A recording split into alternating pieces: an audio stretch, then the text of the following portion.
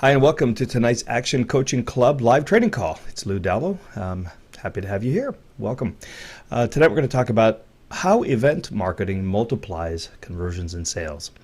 And this is, I was looking back and thinking there were probably three things in the last 6 years of my business that have made substantial and measurable contributions to my business. And I'm talking, directly to the bottom line. Like there's a direct correlation between every time I do this and every time I see more sales and better conversions. And it's what I'll tell you what the three are, but this is the one probably that has the most direct impact. So we'll talk about it today, and I'll let you know about the other two as well. What I love about this is that it's probably very easy to build this concept on what you're already doing. And if you just kind of shift your perspective and you kind of see how this works, then it's really just a matter of implementing a little bit differently. You don't have to really learn a lot of new stuff. You don't have to do anything different. You don't need any elaborate tools. You can probably use the tools you're using right now to promote whatever you're promoting as it is. So it's a really easy thing to sort of augment your current marketing with. But the difference that you will see in the relationship with your audience and the way that they respond to your offers and the level of sales that you'll make with the same amount of effort and marketing investment, I think it'll blow you away. This is something that I've been doing very actively for the last probably two and a half years, and started coaching my clients to do this, and all of the clients that have done it have seen pretty much the same results as I have. In fact, one of the clients that just recently did this with saw an increase in his conversions by 50%. In fact, and simplified the process he was using. So saw better conversions using this process than when he ran a full-on launch. And a lot of you guys have seen these launches, right? They take a lot of energy. Well, this allowed him to simplify the process and increase his conversions by 50%. I mean, directly increased the conversions. And when you're selling a $500 product and you sell an extra 10, 20, or 30 of them, and you spend a whole lot less time and money to run the promotion, that's a great equation. Okay, so please take this to heart and start implementing it as soon as you can, and I'd love to hear your success stories. So here's what I'd like to review today. Here's what you're going to learn. You're going to learn how adopting an event-based approach to your marketing can multiply your conversions and sales. And most importantly, it's going to multiply your conversions and sales with little or no additional investment of time, money, or energy on your part. I'm going to share with you what the typical sales cycle is and where it falls short. I'm going to talk about why event-based marketing works, and I'm going to run you through a step-by-step process and talk about the best practices for using events to maximize your conversions and sales. So hopefully by the end of this, you'll have a very specific recipe to follow, and you'll understand why every aspect of it works so that you can leverage the strategy as you implement it. So let's start with a little bit of an overview of what the typical marketing process looks like. So generally speaking, what we are conditioned to do or trained to do or used to doing is to drive visitors, to move traffic, if you will, towards our sales page. And then we let the sales page do the heavy lifting, right? To convert people from prospects to buyers. Now, this will work. It's not that it doesn't work, but there are ways to optimize it. Here's some of the drawbacks of using this process alone. So the first thing is that writing a good sales letter is not that easy. So if you know anything about sales letters, a good long-form sales letter written by a professional typically converts at about 2 to 3%. Okay, sometimes less. Sometimes people are really happy with 1.5% conversion. But let's say 2 to 3%. Well, that means there's 97% of the people who visit that page that don't buy, and they don't buy for whatever the reason. Maybe the timing's not right. Maybe they got distracted while they were looking at your sales letter. Maybe they read halfway through and ran out of patience. I mean, who knows what, right? So the challenge with the sales letters and driving people to the sales letters is it's a one-shot deal. People see the sales letter and it's either going to make the sale or it's not.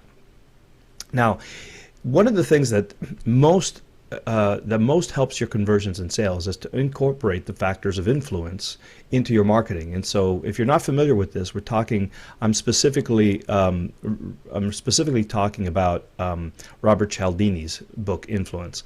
And you really, if you haven't picked it up already, you probably have heard about it, because a lot of us talk about it as one of the most helpful, one of the most insightful additions to the psychology of marketing that the world has seen. I mean, it's got to be on your bookshelf.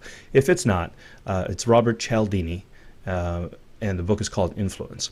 And he talks about the 6 factors of influence, which are authority, liking, reciprocity, social proof, consistency and commitment, and scarcity and urgency. Now, I'm going to go into depth a little bit more on these things as we go.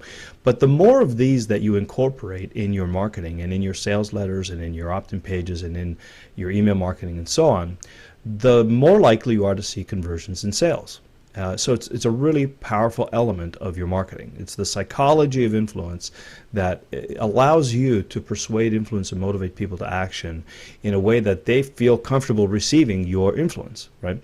It's kind of like built-in psychological triggers that are so germane to our being that we can't resist them, even when we know that we're being subjected to them. I mean, they're that powerful. Now, it's possible to incorporate all these things in a sales letter, but number one, it's tricky, because you have to be a good writer, and you've got to put a lot of creating social proof. You've got to have a lot of, not only a lot of testimonials, but you've got to present them properly, and you've got to make sure that people actually see them on your sales letter. Developing authority, you've got like 2 or 3 pages to develop authority, and you can do that. But sometimes what people do to develop authority, is they plaster all of these images, sometimes fake, sometimes not, of ClickBank receipts and all these kind of things, and that sometimes is forcing the issue. It's kind of like pushing your authority out there rather than people naturally feeling it. Authority that people perceive is a whole lot stronger than authority that you promote. So the more my experience is, the more people tell me how great they are, the less I believe them. But if I can see by my engagement with them evidence of authority, if I can see their confidence, if I can see their mastery, if I can see their insight and their skill, I automatically start to believe myself that they are an authority. Now that is going to go a lot further than me showing you my credit card receipts and my bank statements and my whatever else. For me, that is like honestly the tackiest thing I've ever seen. So I like to think that, you never see doctors and lawyers doing this kind of stuff, right? I mean, I don't know. It's a personal pet peeve, I'll tell you that. But to me, it feels really cheap. Right? And I think you'll agree that the more someone tells you how great they are, the more you kind of get suspect about, if you have to work so hard to tell me this, should I believe you or should I not? And so there's an element of, creating authority that's really important on the sales letter. But unless you're really good at saying it in such a way that it's received and perceived by the user as genuine and not braggadocio, it can backfire on you, right? So it doesn't give you the opportunity to have people come to their own conclusion about the authority that you have. So it's a lot of heavy lifting, and by the way, sometimes the other aspect of it is that people become blind to these factors.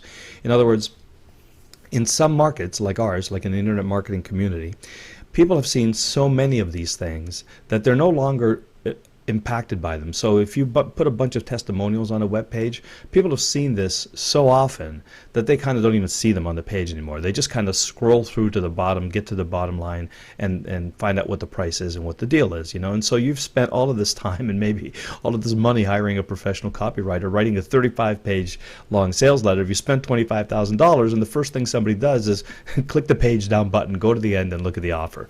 And so all of that stuff doesn't have a chance to, as valuable as it is, as important as it is to building the value and to helping to create an influential, persuasive presentation, people just skim right by it. They pass right by it. So you never have a chance for it to really be as effective as it could be. Now, so it does work, obviously, long form sales. And by the way, you can help this a little bit by using sales videos these days instead. But same thing with the sales video. You have to hope that somebody's going to sit and listen to 25, 30 minutes or however long. And if you use this technique where they can't scrub the video, in other words, they can't fast forward to the part they want to use, a lot of people get frustrated and leave. And if you do use the point where they can fast forward, well, they do the same thing as a sales letter, just forward to the end, get to the offer, and off you go, right? So these things are kind of tricky to do, and they're fraught with all sorts of peril. Because it is kind of a one-shot deal. So we want to try to get away from this, go there now and buy there now. We want to have an opportunity over time to develop the relationship and to build the value and to educate a little bit more deeply, and even engage in a conversation where we can address people's questions, concerns, and objections before we ask them to buy anything, right? Which is a natural part. If you think about it, even when you go buy I don't know, a mattress or a car or whatever, this is what you do. You educate yourself, you find out what options are available, you start to understand what questions you need to ask, you get a list of things that are important to you in terms of features and benefits that the product you ultimately buy needs to have, and then you go in and look at a dealership, or you go into a furniture store or whatever, and you talk to the salesman and ask them the questions, look at a couple of different pieces or different cars, and then you decide what you want to buy, right? It doesn't happen in one sitting. It doesn't happen in one sales letter. It's a fairly complex involved process.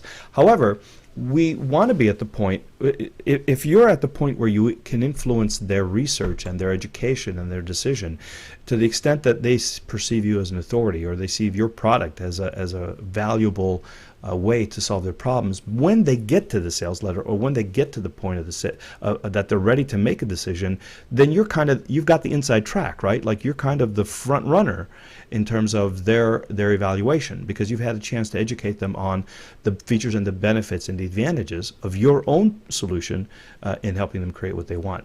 So what we want to try to do is extend the process from a one-time take a look at the letter, make a decision now, to the point where we get into a conversation earlier on and help people make an informed decision, an informed evaluation of how our product can help them. And then we want to run an event that really encourages them to take a look at the product and invest in it right now.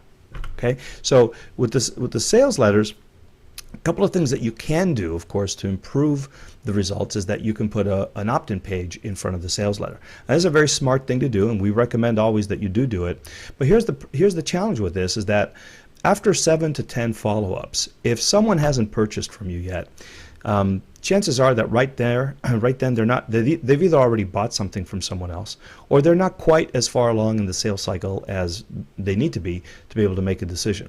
So what happens after 7 to 10 follow-ups? Well, hopefully you make a sale, but if you don't, any more emails that you send after 7 to 10 become annoying, because the subscriber's not really actively interested at this point, or maybe he's gotten something else.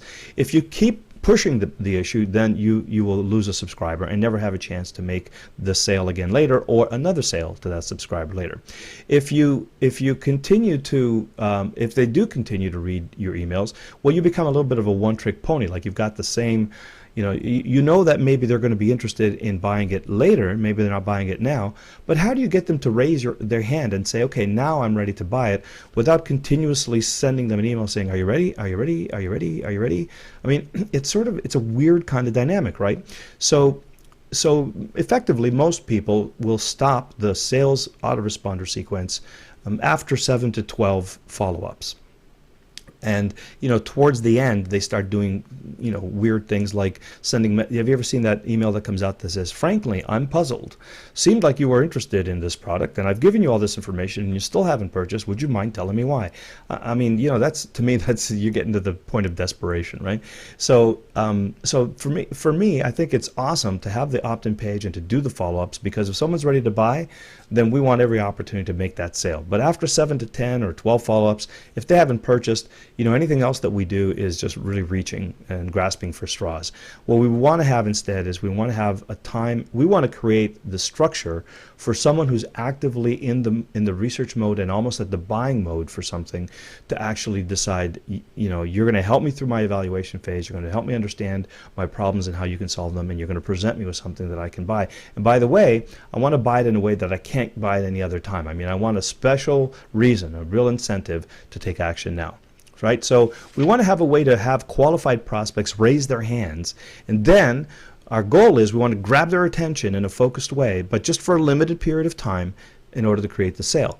So we can't let this go on for weeks and weeks and weeks and weeks, right? Because it's hard to keep somebody's attention for that long. But we also want to get away from the, here's the sales letter, buy or die kind of syndrome. Okay, so what we want is something in between where we actually have, a week to 10 days that we can provide value, we could educate, we could exercise all of the factors of influence, and then encourage people to make a buying decision using all of those factors of influence. Now, the most effective way that I've discovered to do this, in fact, is to make your marketing event-based as much as possible. Now, I'm a product launch manager, so I worked with Jeff Walker, and I do product launches with clients and things like that. So I sometimes call these micro launches or nano launches. But essentially what we're doing is we're creating an event, and we're using the idea of engagement and buzz up front, and then launching the promotion and then running the promotion for a limited period of time.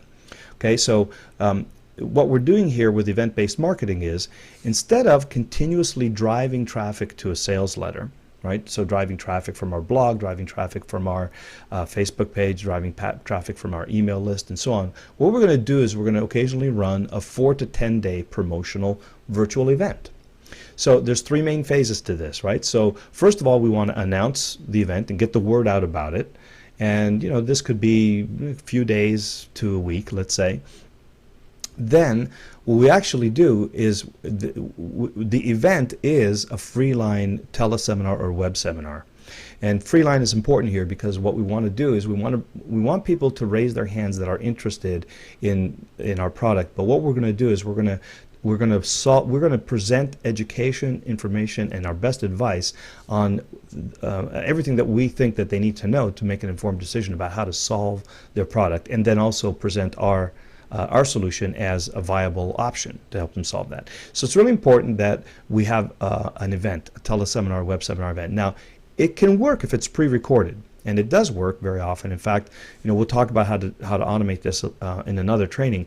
But if you can do it live, it has the greatest chance of impacting your audience. Now, the trade-off is you don't get to leverage, right? But the benefit is that your conversions are going to be 10 to 20 times better than a recorded or pre-recorded event. Now, even if you do hold it as a pre-recorded event, you want to make sure that you hold it at a specific date and time, so that people have to put it in their calendar and show up if they want to listen to it. You don't want to. The key here is you don't want to make all this stuff available anytime. If something's available anytime, it gets deprioritized in our attention list. If we're good at holding, what do they say, 7 plus or minus 2 things in our conscious mind, then what we're trying to do is become one of those 7 plus or minus 2 things that someone is thinking about. We want their attention at the top of their consciousness. So if there's no sense of, hey, this event is taking place at a particular time, and if you don't make it, you miss it, then why should they think about it? Why should they consciously think about it, schedule it, make a point? They can do it anytime. So we want to have an event, a very specific event, to open the promotion. And we want to get the word out in advance because we want as many people as possible to raise their hands and say, hey, I want to come to this event because what you're promising to teach me, I need to know, because it's the outcome that I want to create. It's the result that I want. It's going to help me eliminate the problems I have, the fears and frustrations, or it's going to help me to achieve the needs and desires that I have. Okay? And then after the event, you're going to hold a limited time promotion. And this could be 2 days, 3 days, 4 days. I wouldn't recommend you do it any more than that. So what you're looking at is about 4 or 5 days to get the word out. And by the way, people say, well, why not promote it earlier? Why not do it like a week or 2 or 3 weeks in advance? It's all about attention, because people tend to be really busy, and the things that they focus on the most, take action on the most, hold in their consciousness the most, are the things that are imminent and urgent. Things that are way out, even though they may be important or relevant to them, they don't feel like they have to pay attention to or take any action on. So it doesn't really serve a lot of purpose to give folks too much of a heads up. In fact, it can work against you. So you want to do all of your planning in advance. Get your strategy, get your promotional things in place. If you're using affiliates, write all the swipe copy and the banners and all that kind of stuff. But you start to announce and publicize it somewhere around 5 to 7 days in advance of the event. And then every couple of days, you'll continue to promote and encourage people to register who are interested in what it is that is the subject of the event. Now, oftentimes people will go from this straight to the promotion, right? And then what do? Well, they drive people who've raised their hands to a sales letter. Okay, so that's all right, except you have the same problem with the sales letter, right? I mean, how many times can you drive people to that sales letter? So here's what the real critical piece is. This Freeline teleseminar web seminar, this is the first 80% of your sales letter. This is where you will do the work to establish your authority, to create reciprocity, to engage people so that they like you, to have a lot of people on the calls so that there's social proof about the value and the need for this thing, and to create the commitment and consistency where people say, I signed up for the event, I showed up at the event, and I'm listening to you. All of the factors of influence that take so much effort to do properly on a sales page happen naturally in an event. Plus, when people come and listen to you live, and this is why it's really important to get them on the call live, they get you. I mean, they can hear your energy, they can hear your voice, your inflection, your tone. They get a sense of who you are, the words you choose to use, right?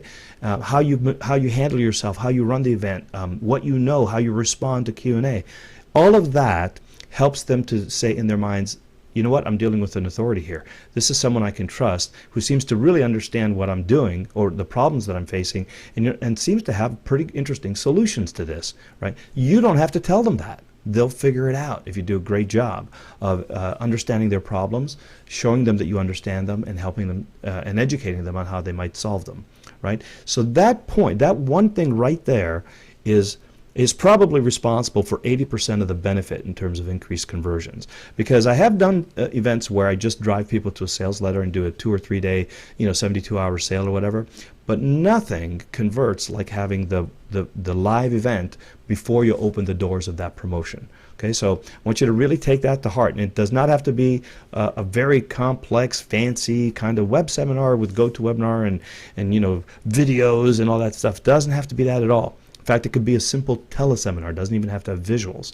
But the live aspect of it is really, really important. And the connection is really, really important. And the ability to field questions and to answer them live, very, very important as well.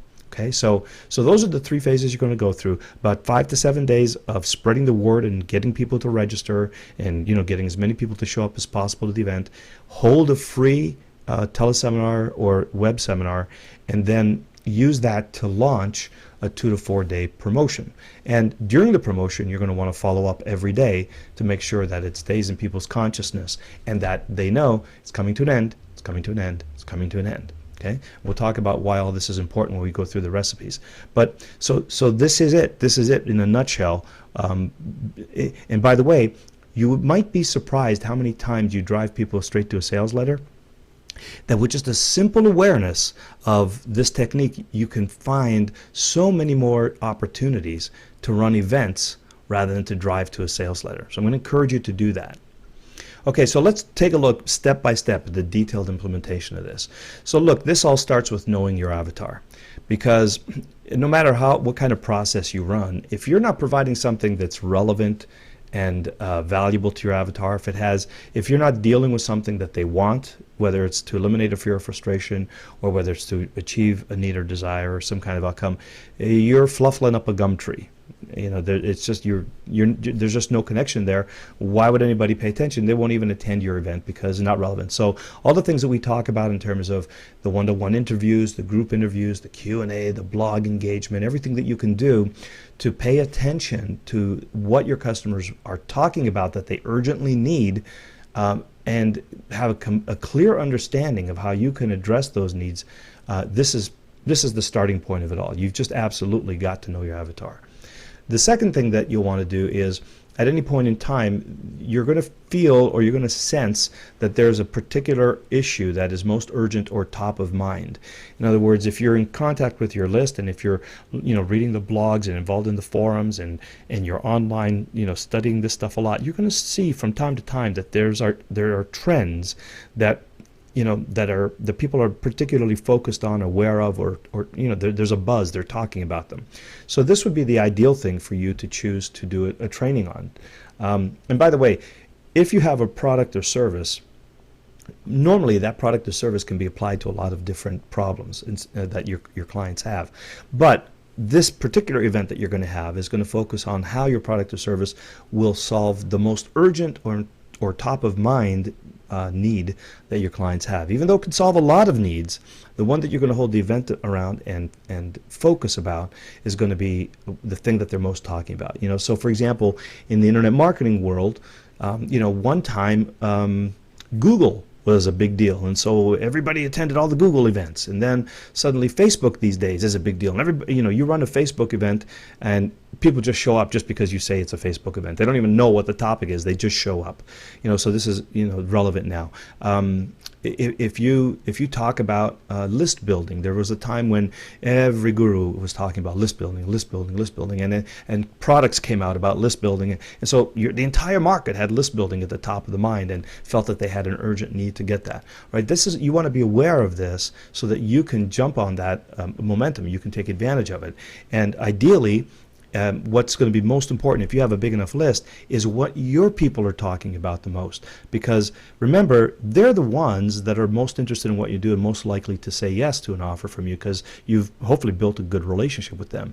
You don't want to find out what the rest of the market at large is necessarily talking about unless your list is interested in it too, because these are the folks that you want to focus on and serve.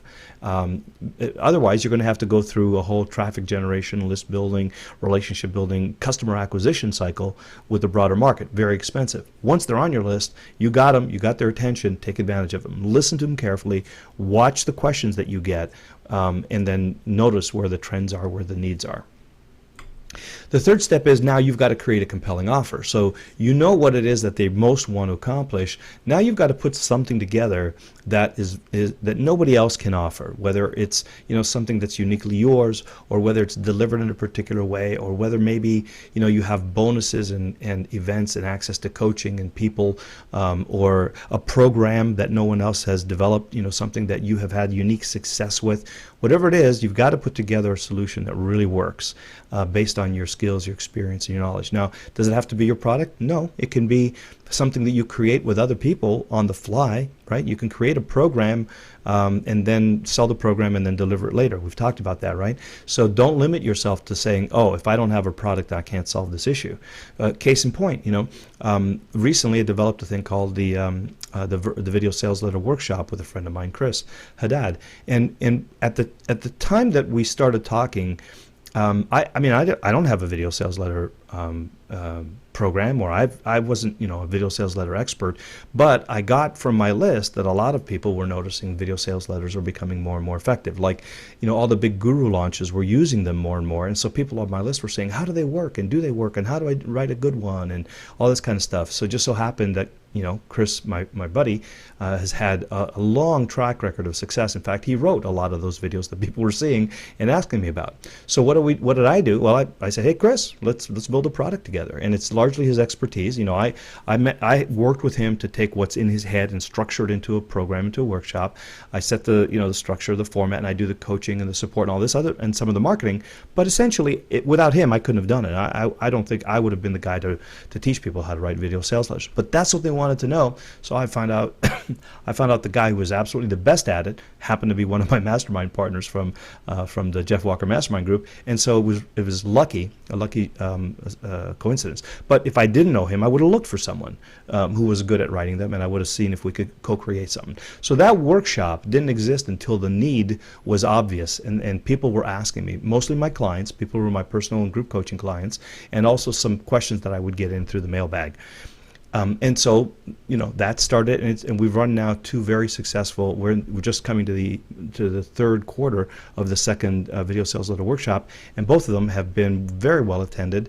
And by the way, we promoted both those workshops using the exact process I'm sharing with you tonight, and they've already made, in two workshops alone, made well over $100,000.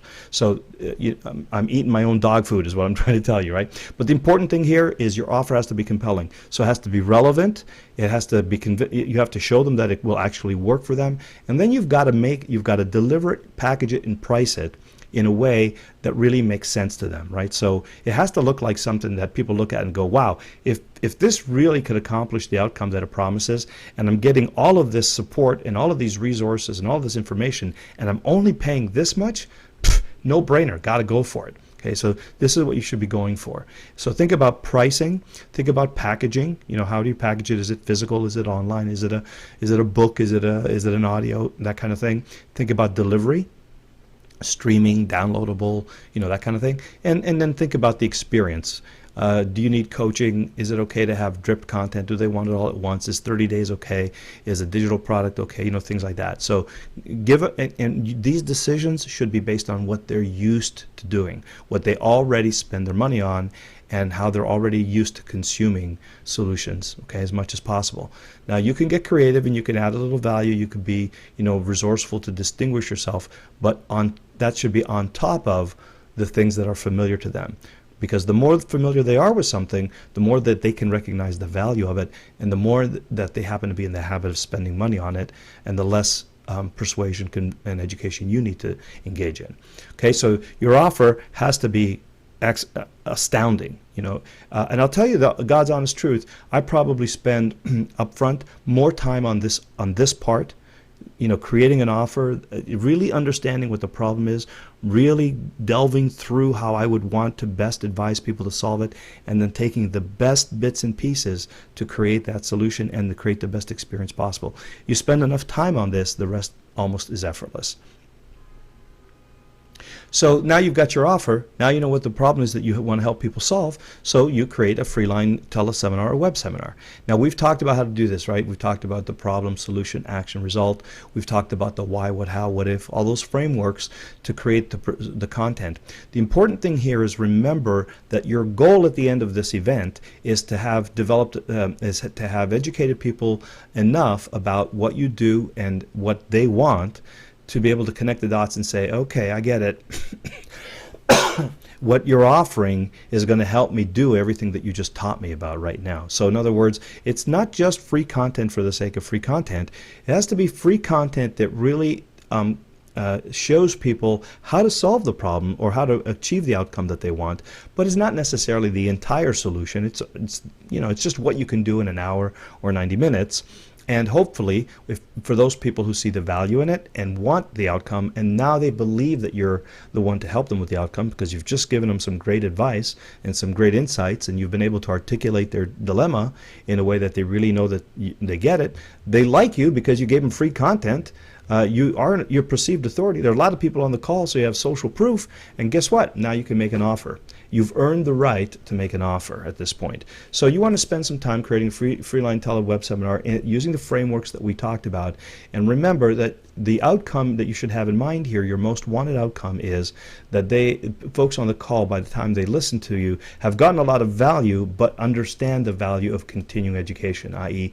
investing in your products and services, to really put in place the solution that you're teaching them about. So now you've got your content, you've got your offer, you know what you're solving. Now the idea here is you'd like to come up with a theme for the event, or a story related to the event, or just basically a reason why you're holding the event. Now a lot of people say, oh well, I can't just make up an event. Well, yeah, you can. I mean, how many of us have been to President's Day sales? Well, I mean, where did President's Day sales come from? Well, somebody just decided to have a President's Day sale. The reason why doesn't have to be like, oh, my house burned and I'm trying to raise money. It could be, I just decided to hold a sale. And the reason is I'm celebrating President's Day, or I'm celebrating my birthday, or my kid's getting married, or I'm celebrating the birth of my kid, or it's the long holiday, or it's tax day, or whatever. It could be anything at all, right? But it's really good if you have a theme. Like if you can have the holidays are great, times that they have naturally built-in themes for these celebrations and promotions, and people are quite used to, St. Patrick's Day sales and Christmas sales and Thanksgiving Day sales and Valentine's Day sales and all this kind of stuff. So you know what? Why not ride the wave and offer things like that? So it could be holidays, it could be naturally occurring events, or it could be just that you decided, there's something happening in your life that you want to celebrate. Could be I've used, this is really funny. I heard about this situation. People were using tax day as a promotional event. And I used to think, oh, come on, isn't that a little bit obvious? And then one day I got hit with a tax bill and I went, okay, I get it. So I actually ran a tax day sale. It was really great, right? I called it the tax relief sale. But I kind of waited until I felt like I actually genuinely had the reason, I didn't just kind of make it up, but it happened that it was a pretty good year. I got overtaxed compared to what I was expecting, so I thought, better raise some money.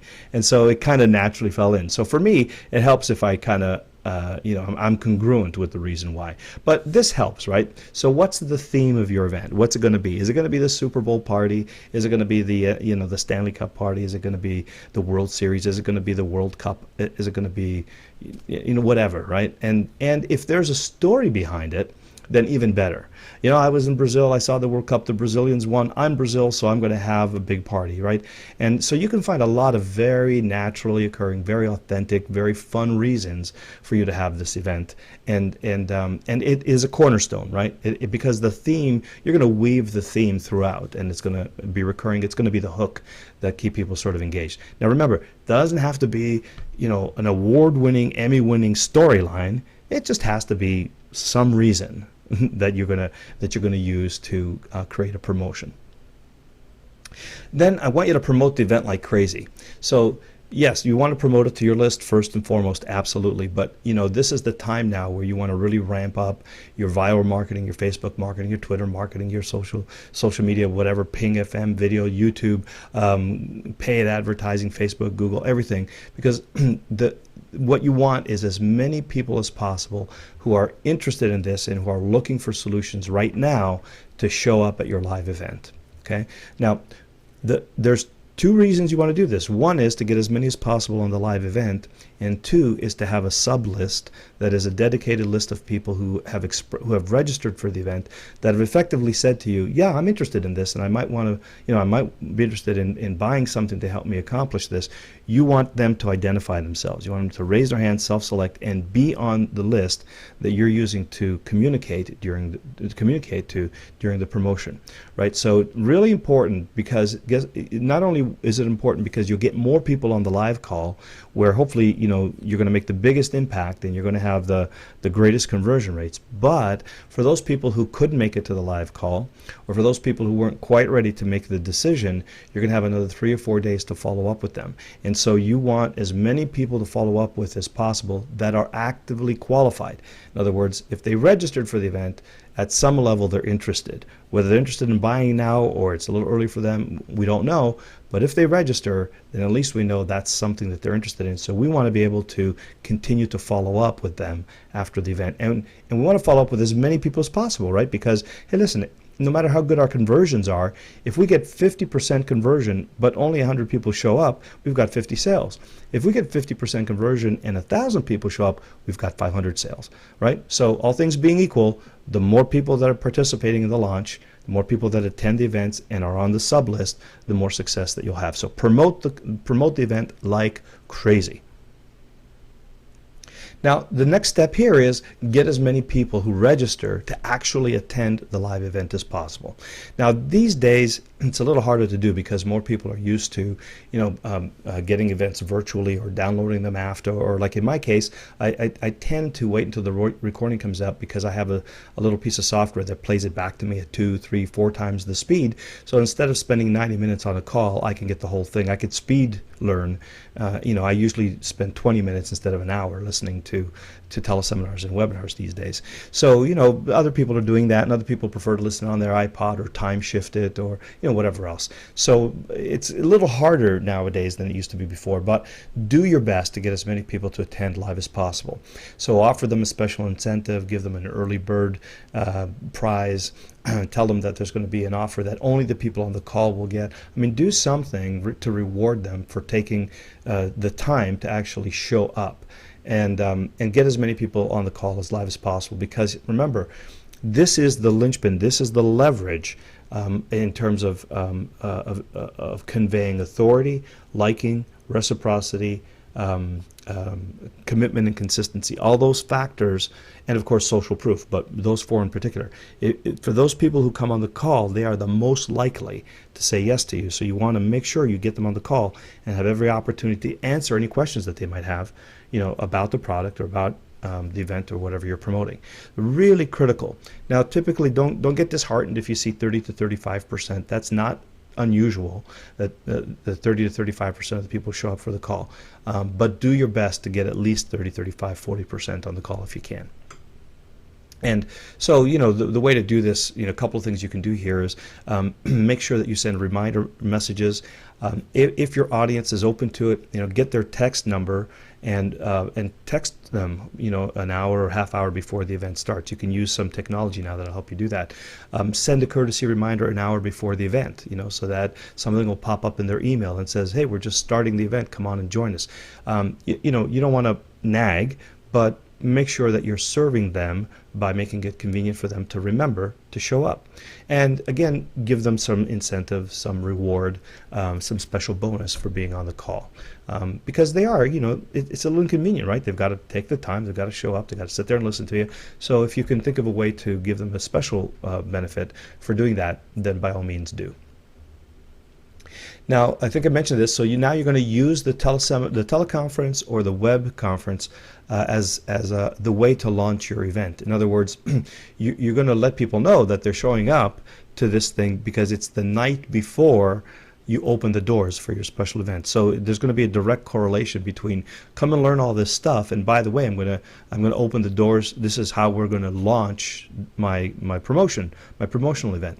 Now, this is important for a couple reasons. Number one is everybody's aware that the event is coming, that the launch is coming. And this is really important because you don't want people to think that you sort of baited and switched them. Some people will, and of course you haven't, but some people feel that way.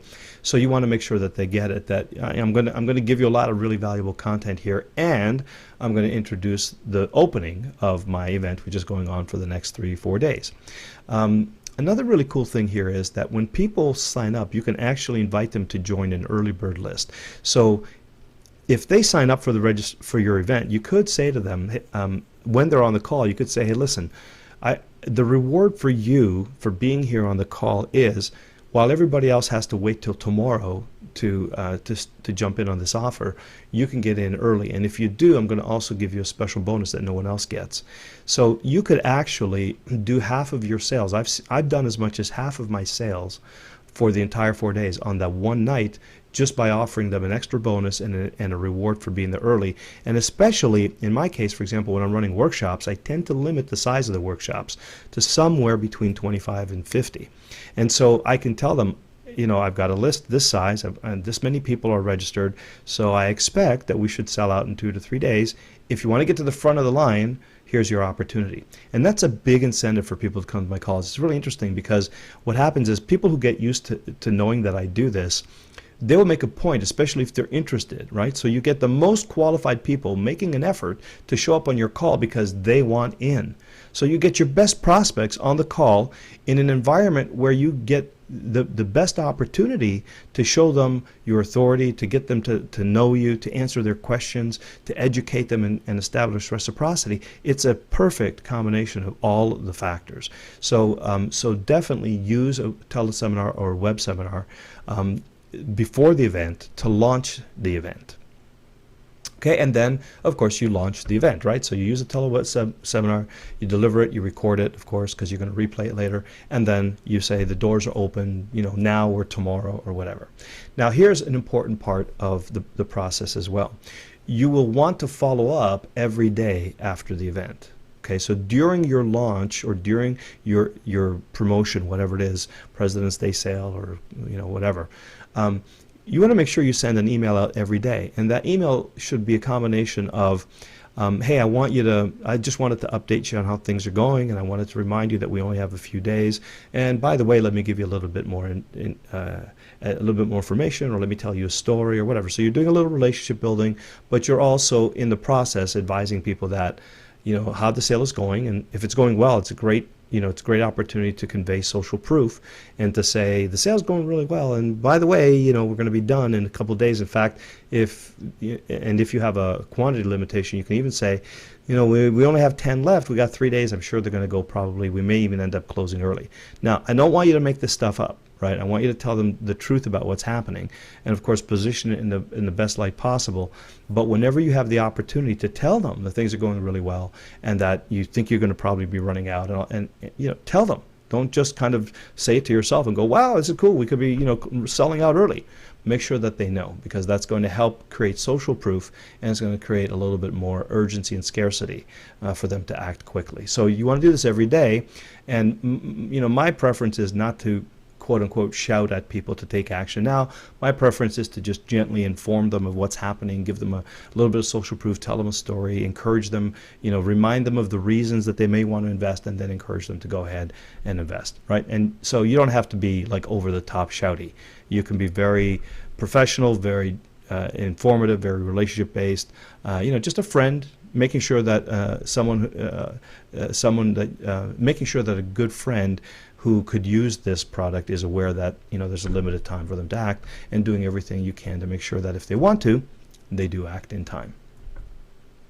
Now, this is really a cool idea too. So if you're using one of the tools and resources that we're going to talk about soon, it's really important and valuable to engage and interact throughout the event. So if you can set up a blog, or if you use something like Kajabi or one of the other themes for WordPress or whatever, even if you set up a web page nowadays, you can make it so that at the bottom of your video or your replay or your teleseminar information, you can put the Facebook code so that people can comment, right? And so you want to do this, and you want to do and encourage people to comment and to ask questions and so on and so forth. This is really valuable for a couple things. Number one, you become accessible. And number two, when you answer the questions, you reinforce your authority and the fact that you want to serve them. Number three, it makes you aware of all of the concerns, objections, questions that they have, so that you can build that in. Excuse me. You can build that in to your teleseminar, web seminar, right? It's really important. If a lot of people are concerned about certain things, about like when does this take place, and how about the timing, and how long do I have access to it, and all those things, well, those are great things to make sure that you mention in the promotional part of your of your event, of your live event. And also, if you do a sales letter or a sales video or something, you make sure that you outline it there as well, so that this is a great opportunity for you to make sure you answer people's questions on the live call, but also through the engagement on the event registration and event promotion page. So really important. If you do it on a blog, of course, then this is just comments underneath the post.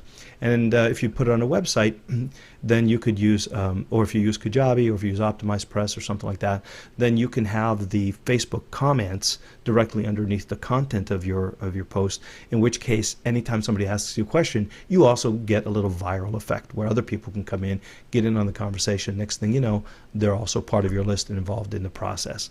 Okay, so really important element here, and it doesn't take a whole lot of effort really to just make sure that you encourage people to comment on. One thing you could do, for example, it works really well, is you could say, if you've got a question that you want me to make sure that I address on the web conference, type it in here. Tell me what your questions are, and I'll tailor the content to address the most important questions that everybody has. Really valuable part of the process. Excuse me. Okay, so make sure that you use something where people can communicate and engage and ask you the questions. And then when you do finish the event after 2, 3, or 4 days, whatever you decide, pull the content and the offer offline. Don't leave it there indefinitely. Don't pretend you forgot to take it offline so that people can continue to access it. Don't worry about the backdoor links. Just take it offline and stay true to your word, because what you're doing is you're reinforcing to people that, look, I told you this was a 3-day event, and it's a 3-day event. It's like when you go into Macy's, for example, when they have a 24-hour sale. If you show up at hour 25, you don't get the sale. The manager says, oops, sorry. It's over. What does that mean? That means the next time Macy's has a 24-hour event, you're going to be there way before the end of the 24 hours, right? Exactly, and that's what you want to create, that kind of, you want people to be aware that that's how you run your events, because if you get sloppy or lazy, you remove all of the urgency, all of the reason for them to participate, to engage, and to act quickly. So when you say the event is over, it's over, done. And then later, of course, what you can do is you can leverage and you can automate your event. So by leverage, I mean you could do rolling launches with partners.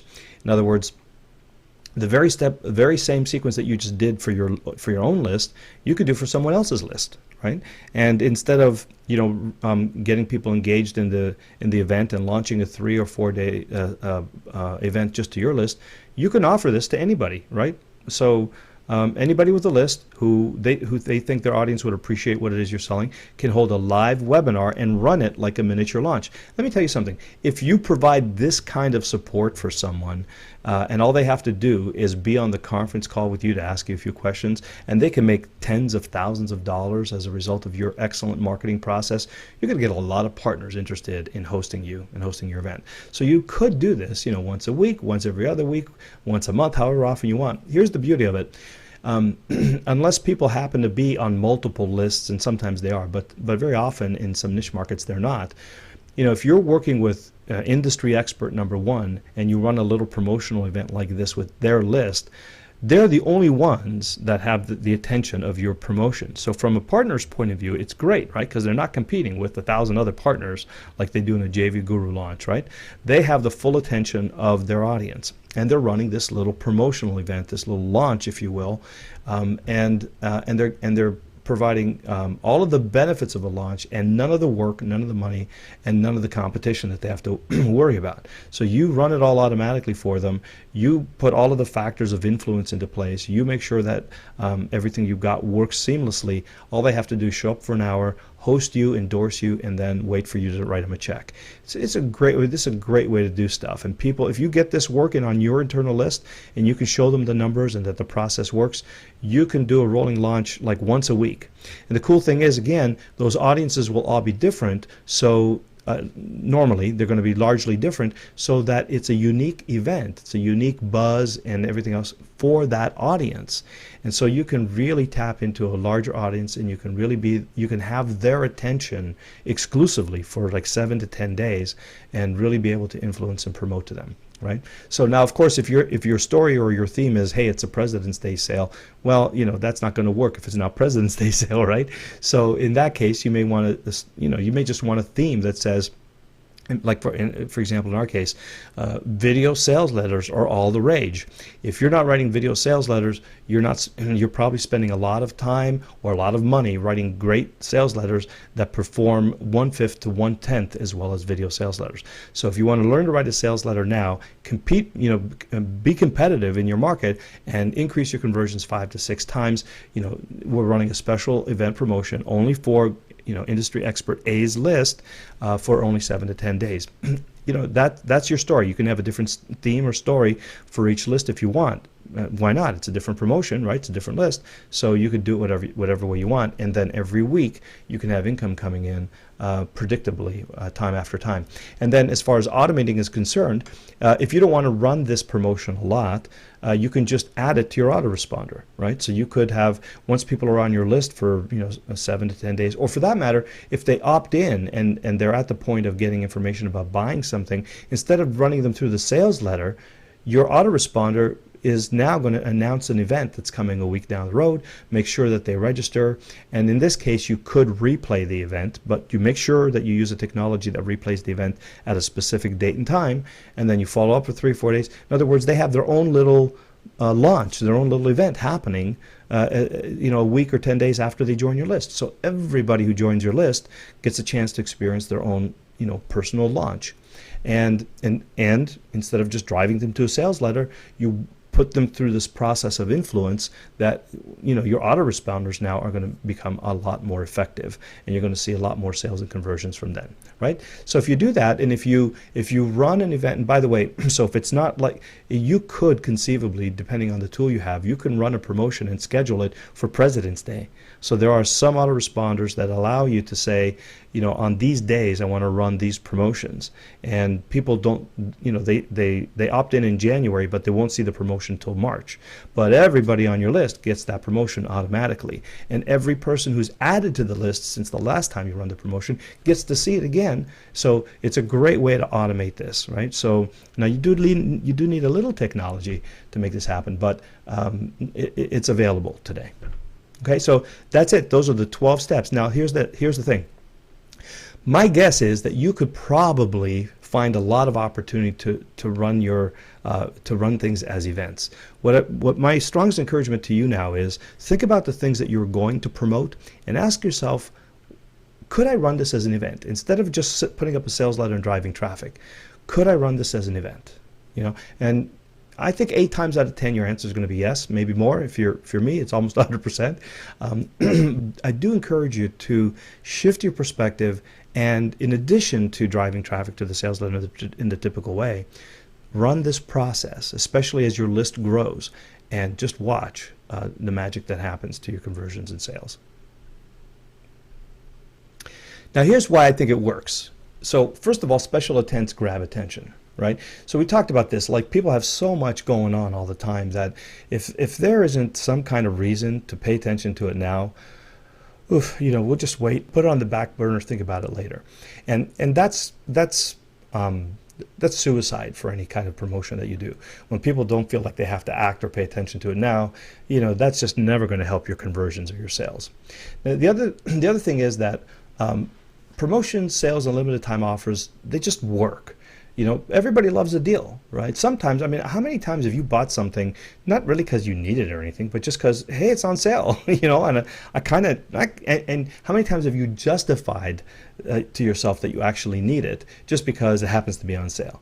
We're all like that, right? My mom was terrible at this. Like every time a flyer came in the door, she was like, oh, this is on sale, got to go buy it. And I would say, well, do you need it? Well, no, but it's on sale. The psychology is like unbelievable. So everybody loves a sale. Everybody loves promotions.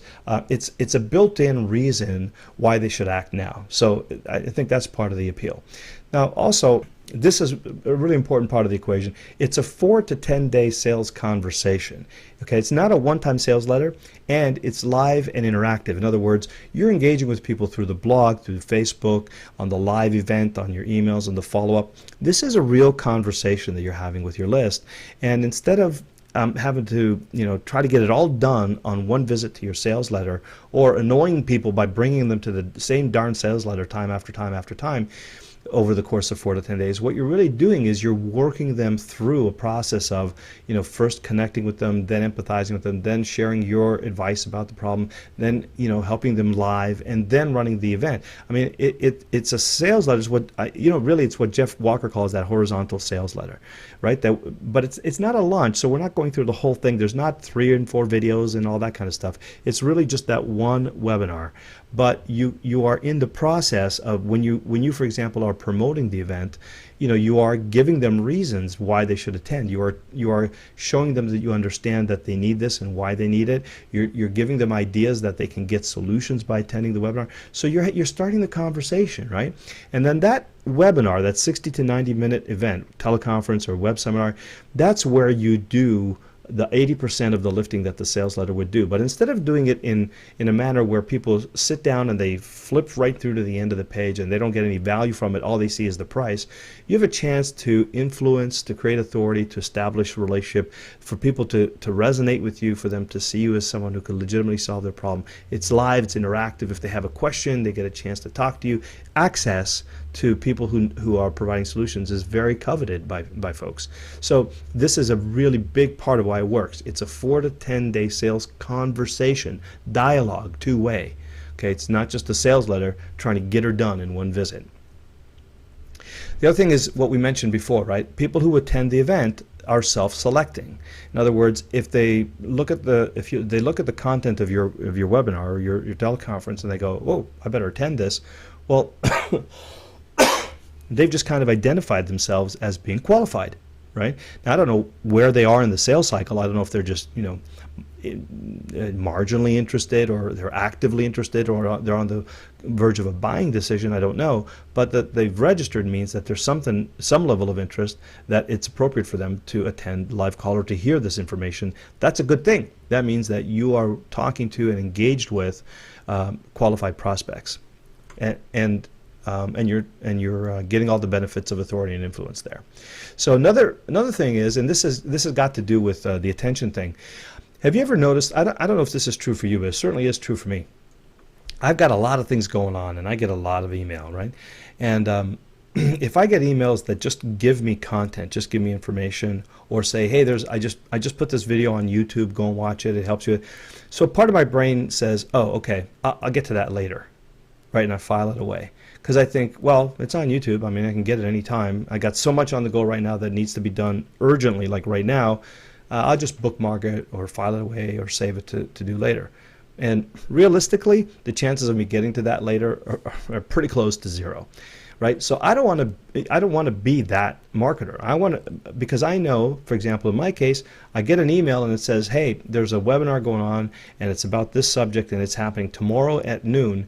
You know, part of my brain goes, oh, man, that's really inconvenient. But, well, if it's happening tomorrow at noon and I want to know about it, I better show up, or I better get registered for the recording or whatever.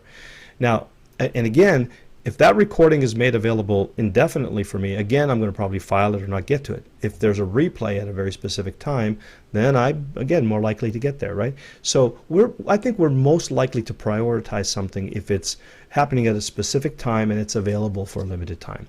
Anything else, it feels like, you know what, I can just do this later. And we don't want that, because we want to focus their attention for 7 to 10 days, and we want them to know that this is the only time that you can get this particular deal or offer or bundle. Okay, so I think that's a really important part, capturing and maintaining the attention. And then the other part is that when you're running an event or a promotion, there's a built-in reason why you're offering a deal. Right? So sometimes people say, like, if you make an offer and there's no story or hook or reason why you're making that offer, people will become skeptical, and they won't believe the offer. It may sound too good to be true.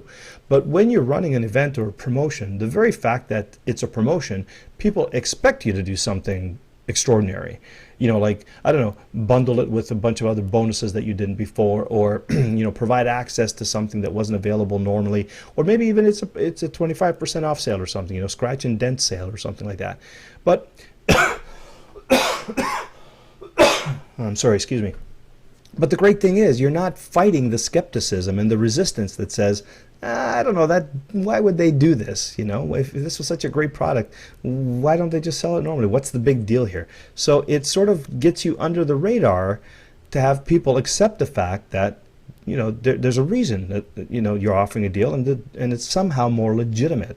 Right? So, and the reason why, by the way, there's a whole element of a whole branch of marketing that's called reason why marketing, right?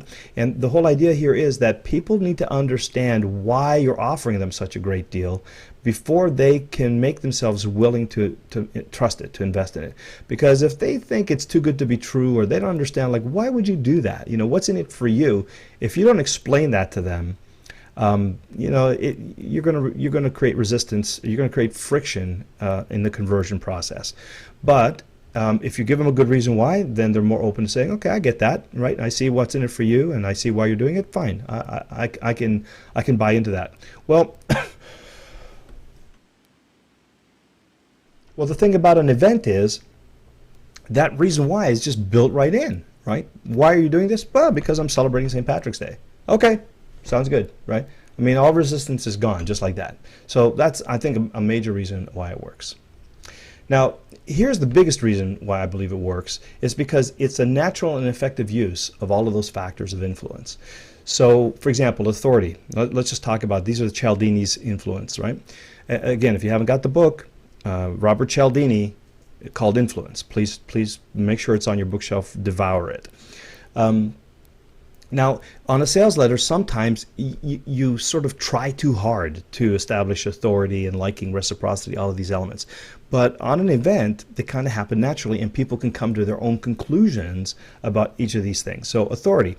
If you're sitting there teaching people how to get what they want, or to create an outcome, or you're showing them a technique or a system that they're not aware of, and they can see how it can be effective, automatically they're just going to say, well, you're an authority. You got it figured out. I can see that you've researched this. I can see that you're interested and committed to this. You're an expert in it. And they say this to themselves by watching you do what you do. And this is, again, much more powerful than you saying, I'm an authority, look at all the things I've done, right? When you're just doing your thing and people see you doing it well, they come to the conclusion on their own that you're an authority. Very powerful. Now, if you're, unless you're a real jerk, which I know none of us on this call are, people get to like you. I mean, if you're showing up and you're excited about your stuff and you're enthusiastic and you're obviously trying to help people and whatever else, if you have a great personality, look, this doesn't mean you have to be Tony Robbins. It just means people have to know you're kind of genuinely telling them things that you believe in and know to be true and wanting to help them. They like you. If they get to like you, you're well on the way to having them be willing to listen to your offer.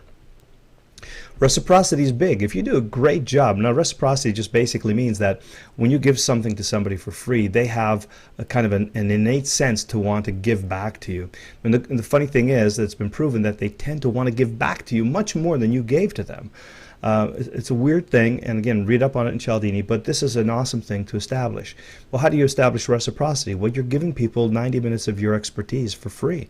You're giving them your best tips and advice, and you're not asking them to do anything other than show up, right? And if you're doing it genuinely, I mean, if you really are giving them your best tips and advice, and you should, you know how we talk about moving the free line, right? This is giving them your current best thinking on the thing.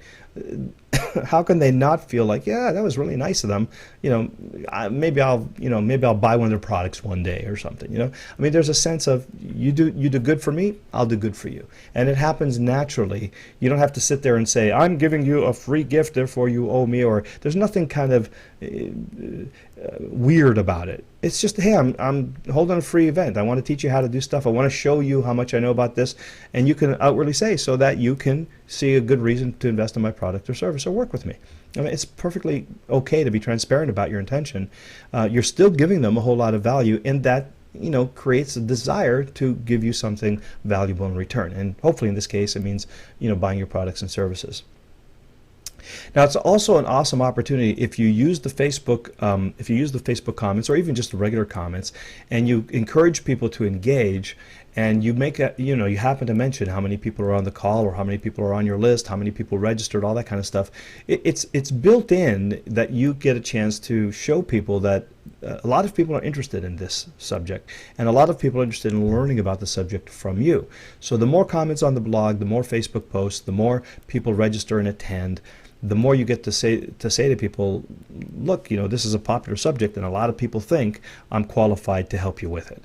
And that sort of builds itself in. Also, a really effective way to show people how this stuff works, or to teach them, is to do case studies. It's to talk about, one of your successes or one of your clients' successes or something like that.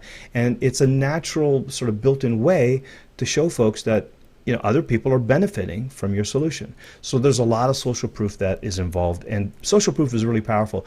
There was a time I was looking for speakers for my computer, and I was walking around the Best Buy, and I'm not a genius when it comes to electronics, but I kind of know my way around.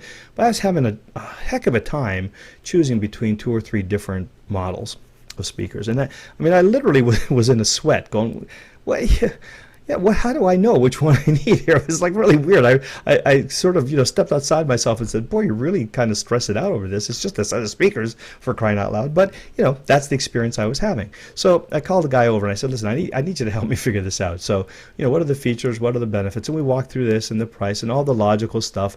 And then he said, this is the speaker that gets the fewest returns. I said, really? Yeah, he says, people love this. They rarely bring it back. They rarely return it. This is the one that seems to be the most popular and the one that we have the least trouble with. All of the stress went out of my body, all of the confusion, all of the anxiety, all of the uncertainty. I said, great, I'll take them. All of the other stuff, features, benefits, advantage, pricing, guarantee, blah, went out the window. All I knew is that was the one that the majority of people liked and didn't return. Therefore, in my mind, I said, likely to have the best performance and least likely for me to want to return it. There it was, just like that, instant social proof. I don't know if the guy knew that he was doing that. He probably was trained to do it, but I realized even in that moment, I went, wow, look at how powerful social proof is. right? Because I'm always kind of stepping outside and noticing how I'm feeling, right? So if here I was, I mean, I was really working up a stress and anxiety situation. My heart was beating, my pulse was racing. I was building up a sweat over the fact of I got to know which is the right choice here. I don't usually get that way over speakers, but hey, I don't know what was going on for me. And the minute he said, this is the one that the majority of our customers keep and don't return, boom, just took all the load off. I was reassured somehow that I was making a good decision, that it was a low risk decision. So really powerful stuff. And when you're teaching people about stuff and you're using case studies and examples and showing how other people are benefiting from it, there's a part of the brain that goes, oh good, I'm going to be okay if I invest in this because other people have tried it, they've benefited from it, they've gotten the results that I want. And it's a great thing to do in the webinar itself. Now, consistency and commitment, this is about people making a commitment, saying yes to something that you offer to them. And the more they say yes, the more they feel like they need to continue to say yes to be consistent with their previous choices. This is a little tricky. Again, I advise you to read the book. But essentially what it is that, like, if you ask me to opt in, I've said yes at one level. So then when you ask me to attend the live event, part of my brain says, well, I did opt in, so it makes sense that I'd want to go to the live event. Well, okay, I'll go to the live event. And then when I'm at the live event and you say, well, you opted in, you're at the live event, you obviously need this thing, why don't you go ahead and buy it? Part of my brain says, well, yeah, I did opt in, so I must be interested. I did come to the live event, so it must be important. And there is a really special offer going on, so yeah, it makes sense that I should take advantage of it. Really subtle, but something about our brain works that way. And you know what? If you know this and you're aware of it, use it to your advantage. And so it's built in, right? Especially if I happen to be one of the people that are commenting on the blog. I'm commenting, getting my questions answered. I'm on the call and I get questions answered live. And I'm committed to learning about this. I'm going through the process. That's why engagement is so important. And there's a part of my brain that says, well, I opted in, I got a lot of value, I engaged in the community, I'm obviously interested in this, and as I'm asking questions, I'm beginning to realize, yeah, this is a real problem for me, I need an answer to this. And then I come to the live event. All of these things build up a momentum towards saying yes when the offer is made. So, built into the process. You don't have to fake it, you don't have to concoct it, it's just there automatically as part of the process. And then the other one that's really powerful here is scarcity. So something about the fact that something is being taken away, the ability to have it is taken away from us. I don't know what part of the brain it triggers, but it triggers something that says, gotta have this. Yeah, so, and I'm sure you've experienced this. I know I have. Whenever I'm on the fence about, well, I don't know if I should or if I could, I don't know if I really need it, this and that, and somebody says, well, it's going to be taken offline and off the market tomorrow, I'm like, oh, I better buy it. Just in case, I may not even know that I'm sure that I need it, but I don't want to lose this deal, so I'm just going to buy it, and so it just happens naturally. This is so ingrained in us that even when we know we're doing it, we can't resist it. So but here's the thing, if people perceive that you're doing scarcity falsely, then it works against you. If people think that they're just making up scarcity and they're just saying it's limited when it's not, or I really hate that they're only making 20 copies of a PDF download available, in other words, they get their BS meters up, it actually works against you. But with an event, it's a promotion. It's a 3-day promotion. It's a 3-day event. Of course, there's a limited time to act, right? So you're not creating any false scarcity. You're just saying, well, look, the promotion's only on for 3 days, so take it or leave it. After that, you don't get the deal. So it takes you off the hook. And people, when they know that it's an event, they expect it, right? Like you expect if Macy's is having a 48-hour sale, it's done in 48 hours. You don't sit there and go, oh, they're just making it up. And, geez, why? If I wanted to, I could get it on Monday, even though they say it's closed on Sunday. Or, geez, well, that's pretty nervy of them to have a Christmas Day sale. Yeah, you just kind of go, great, it's a sale. Let me run over and grab my fair share. So the scarcity works, and it's built in, and you could do it authentically. You don't have to do all sorts of crazy stuff or create false scarcity. And of course, there's another element of this, which is we like people to know that it's scarce, but we also like them to want to act quickly. okay, which we often combine, scarcity, urgency. And so the urgency is, look, the deal's over. Scarcity, you can say, I'm only selling 100 of these things. Like for example, if you had a scratch and dent sale, you had inventory of 100 products and they were all kind of slightly marked up and they weren't quite like new, or they were refurbished or something like that. You could say, well, I only have 100 of them and I'm doing a 72-hour sale to clear out my garage. Now you have urgency and scarcity built in, right?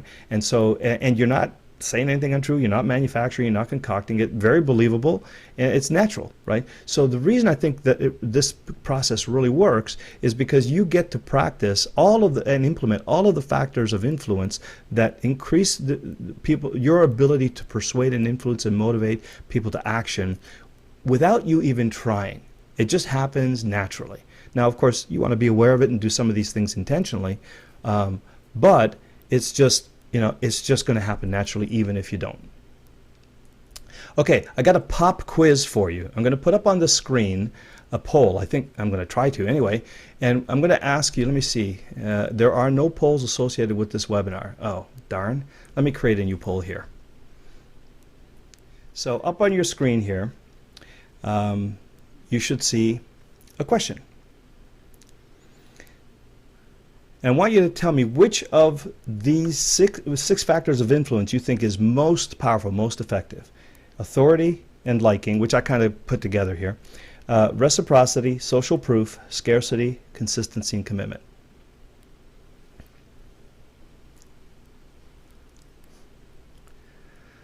I should sing the Jeopardy. Do, do, do, do, do, do, do. All right, we're almost there. 45% of you voted. Come on, rest of you vote. 48%, 52%. Let's get at least 80% of you voting. Oh. The numbers have changed dramatically. 61%. Come on, a few more. Half the game is showing up. The other half is participating. Okay. 65%. Let's get a few more votes. Come on. Click on it. Let's go. I want 70% at least. Come on, you guys. You can do it. There you go. 68%. One more. There we go. We're over 70. Fantastic. Thank you. Okay, I'm going to close the poll. And let's take a look at the results.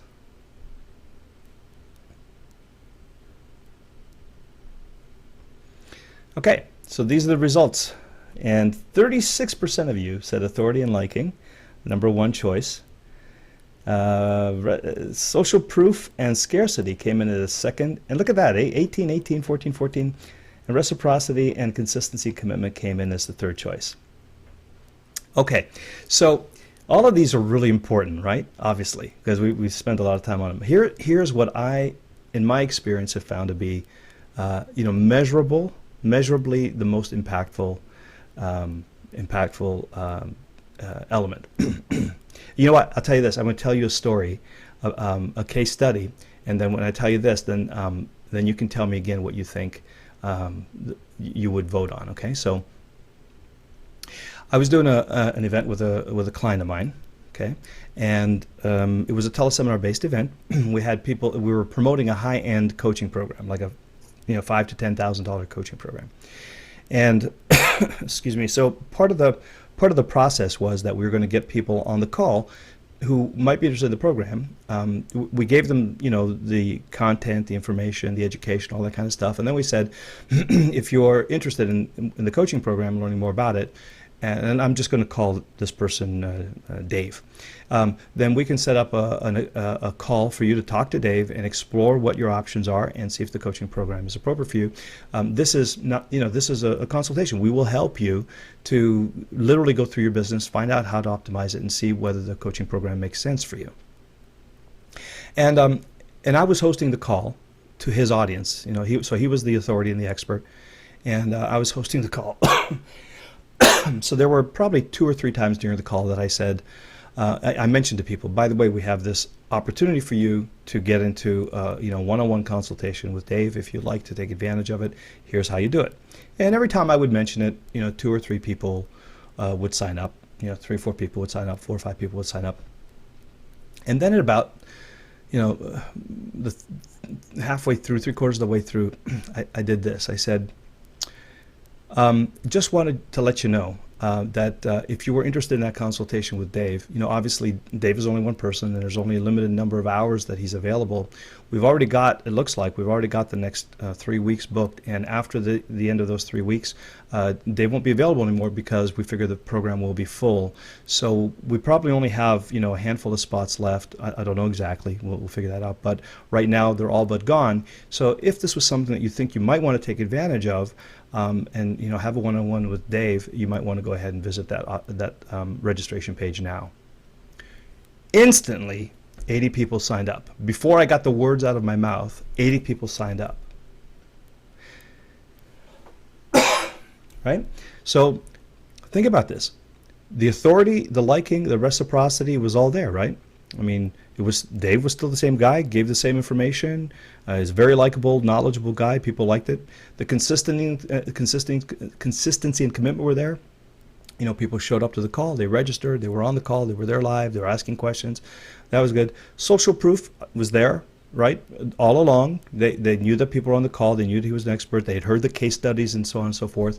But until we instituted the scarcity, nothing happened. Well, we got some results, but moderate.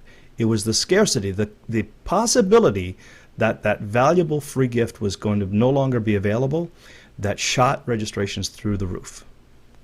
Okay, so that's one example. The other example is whenever I run one of these events,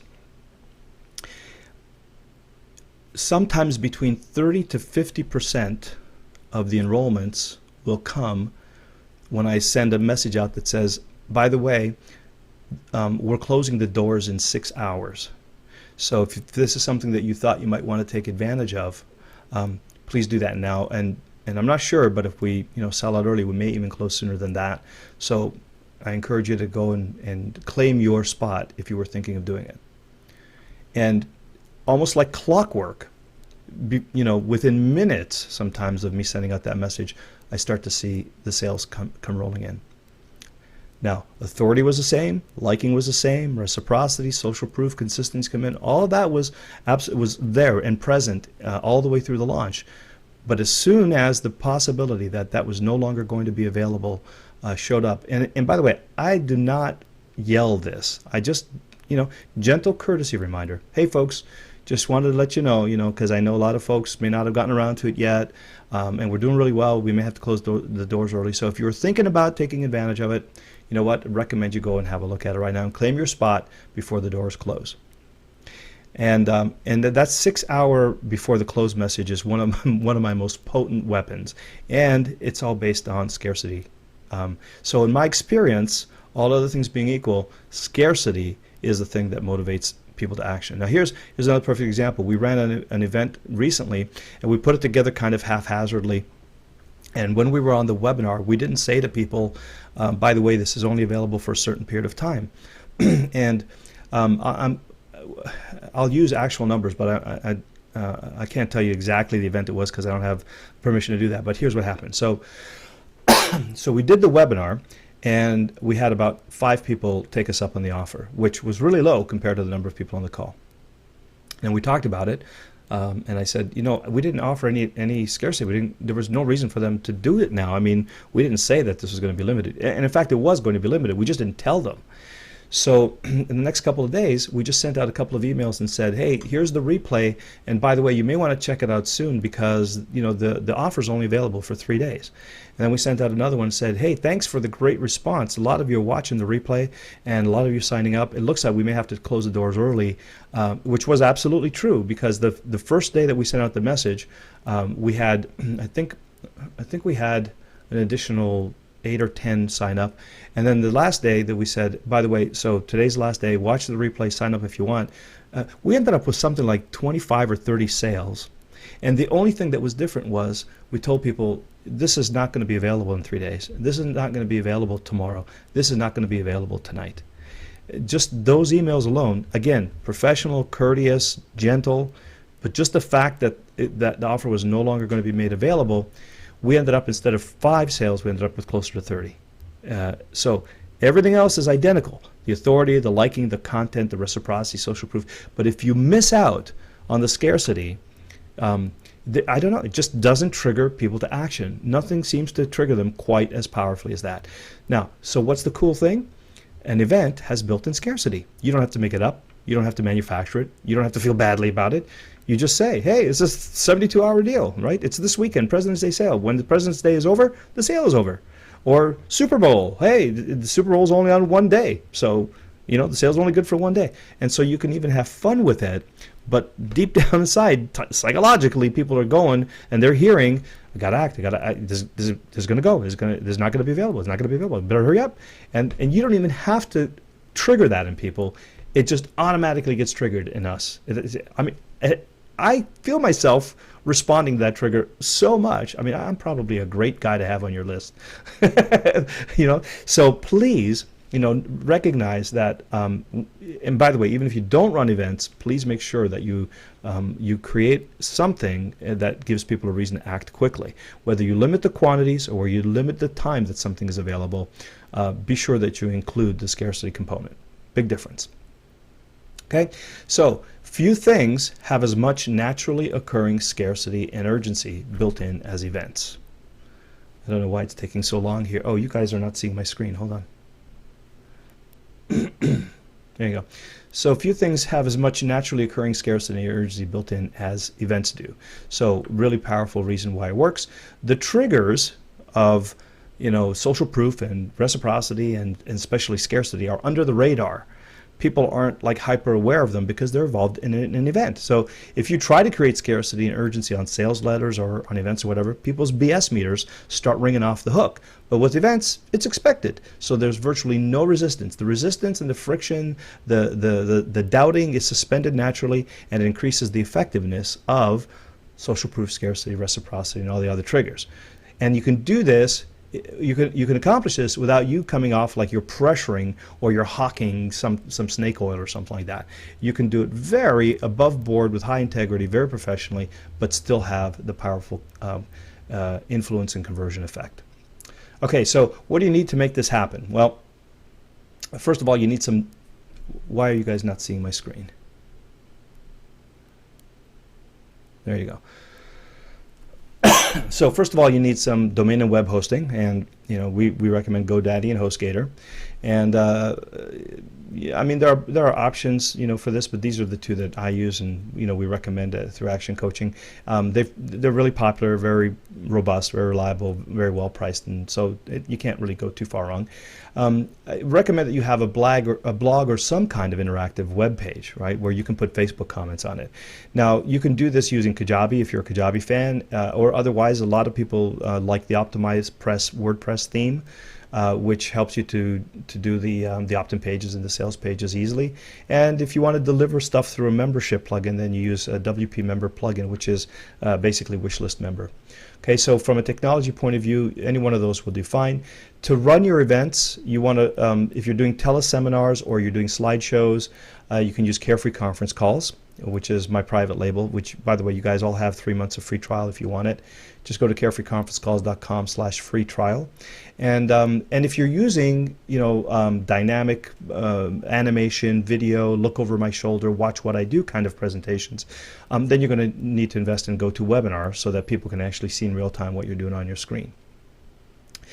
For payment processing, you can be as simple as PayPal. You don't need anything more complex than that. I've run lots of these events for years and years with nothing but PayPal. But if you want something a little bit more sophisticated, you can look at ClickBank, Authorize.net, if you need a merchant account, things like that. Now, if you want to use a shopping cart, again, you don't need to, right? Especially if you're just getting started. But if you want to use a shopping cart, and especially if you have affiliate tracking requirements, you might look at something like One Shopping Cart. I know Eben likes Office Autopilot a lot. ClickBank, Infusionsoft, all of these are very sophisticated tracking, affiliate link, product delivery, payment processing solutions that you can use. But you don't need them to get started. You can literally start just with PayPal. PayPal's free, and you only pay a per transaction cost. So whenever somebody buys something, you give them like $2.50 or 3% or something like that, and that's it. No monthly fees, no startup fees, no nothing. So really fast, easy way to get going. And by the way, you don't need to have a web page and Kajabi and OptimizePress. You need a web page or Kajabi or OptimizePress. So just one of those, whichever is easiest for you and the one that you like most. You're also going to need, oops, this looks like, oh, okay. So I seem to have the summary page, and now I have the full-on page here. No problem. So domain at GoDaddy, web hosting at HostGator, a blog. I recommend WordPress.org. Okay, don't use the domain, the WordPress.com. Like, put it on your domain. You get a lot more benefit for it, and you'll be glad that people are coming to your URL, not WordPress.com. And I do recommend that you use the Facebook Comments plugin so that you get that viral effect. If you're not using Kajabi or OptimizePress, just go and look up the WordPress, the Facebook Comments plugin on the WordPress.org site. For event management, again, carefreeconferencecalls.com. If you don't need to look over my shoulder or animation, or if it's just a straight PowerPoint presentation or just a simple teleconference, that's an excellent solution. You can start for as little as $27. GoToWebinar starts at $99 a month. Event promotion websites, mini sites. Okay, so we talked about Kajabi, which will do the event promotion as well as the product delivery for you. OptimizePress is kind of a WordPress theme that does pretty much what Kajabi does. It's a little bit more hands-on. You got to get under the hood. You have to maintain it yourself and all this kind of thing. But some people prefer not to have an ongoing recurring monthly fee, so they opt for that. And I think these were the pages I meant you to see, and not that summary page. So we've talked all about this. Oh, to checkout, I didn't mention that earlier. That's another thing, that an alternative to PayPal. So if you don't want a merchant account, right, if you don't want to pay monthly statement fees and all that kind of thing, but you want people to be able to process credit card without necessarily going through PayPal, to checkout is a decent option, although you should be aware there's like a $50 startup fee, and then there's a 5.5% per transaction fee. So there are no monthly fees, but it can get expensive. So if you have a lot of high volume transactions, this may not be the solution, but it's a great way to provide purchasing alternatives for clients who need them. So in summary, events are much more effective at guiding qualified prospects through an influence process that leads to higher conversions and sales than the typical process of driving people to sales letters. Much of the marketing that you do now that drives people to sales letters could be replaced with events. I'm going to encourage you to analyze your marketing and promotions and convert as much as possible to event-based marketing using the steps that we talked about, and then watch your business soar.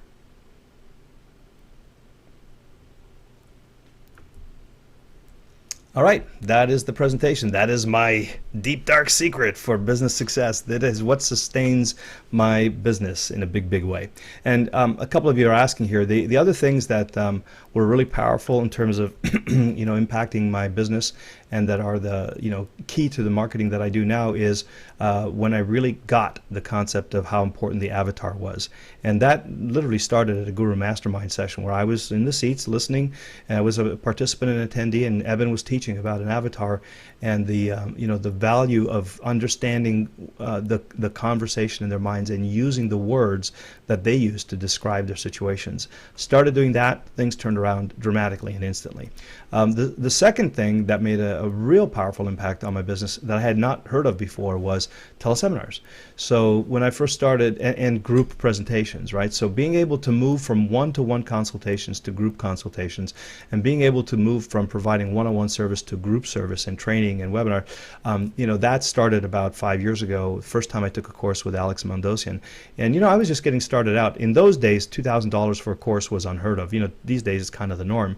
But it was a big chunk of money for me. I actually talked to Alex personally, and I said, dude, is this worth the investment? Is it going to make a difference? And he said, he persuaded me to give it a try, and I haven't looked back since. That has been the most essential leverage point. Because I found ways to use it in product creation, in marketing and promotions, in sales letters and sales videos, and almost every aspect of my business, it's leveraged. So teleseminars then and now, teleseminars and web seminars, crucial to my ability to not only reach a lot of people effectively and intimately, to provide a safe, a feeling of one-on-one connection while I'm actually serving, hundreds or thousands of people, and then also for the product creation and marketing content creation, it's been indispensable. So those are the three things: the avatar. Well, first the teleseminars, then the avatar, and then these, this event-based marketing, which was inspired by the training and conversations that I had with Jeff Walker. Basically, I didn't want to do the launches. The syndicated launches, and I wanted to do internal launches, and I wanted to do rolling launches, but I didn't want to go through all the work and the build-up and the planning, and I wanted to have something quick, nimble, and responsive. So what I did was I took the key elements of influence, which has always permeated everything I've done, built them into the sales process, took the elements of the launch marketing that we talk about, which is the engagement and the interaction, and built it into basically a 4 to 10 day process. So it's been it's an amalgamation of all those things that I learned, and especially the part about knowing, choosing the right theme, the right story, and the right offer to make, which was bringing the avatar into it. That resulted in what I now call this, trusted advisor process is actually what I call it to my list. But call it event-based marketing, call it micro launches, whatever you like. But this process is just about the only way that I do things nowadays. And it's simple, it's fast to implement. You don't need a lot of technology, so that means you can do a lot of them. And even if they don't turn out great, you got great feedback, and you can change your direction and try again, next week. Also, the thing that I like to do a lot is joint ventures. You know that. I mentioned this before. It's my favorite, marketing technique. And so this allows me to have a really valuable offer to interest joint ventures to promote with me. So that's the whole gamut. Hopefully you can benefit from that. Let me see a couple more comments. We'll take it real quick, and then we'll have to motor.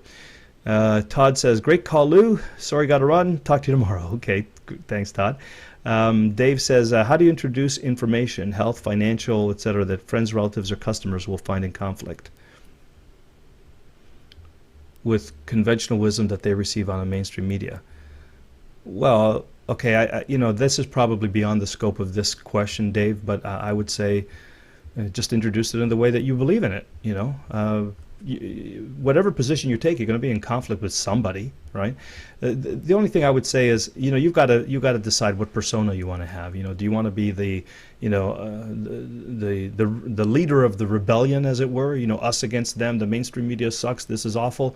Or do you want to say, well, I know you're used to seeing it that way, but maybe there's a way you haven't thought of before that a little bit more sort of general approach. So I think the important thing there is to just determine what's more authentic for you and what you think will have the greatest impact, and then show up that way. But let's face it, every position you take is going to have an opposition. So don't worry about it. You got to be, if you're going to be controversial, you got to be ready to take all that comes with controversy.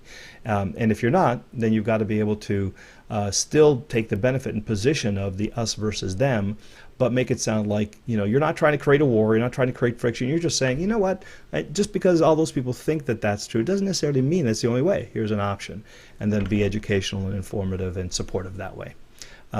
So it's a little bit outside the scope of today, but hopefully that gives you an idea there.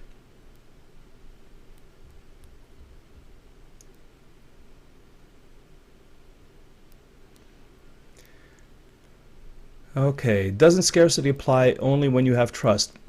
You know what, Lauren? I don't believe it. I don't believe so. I think that some people buy stuff even when they don't feel like they're comfortable buying it.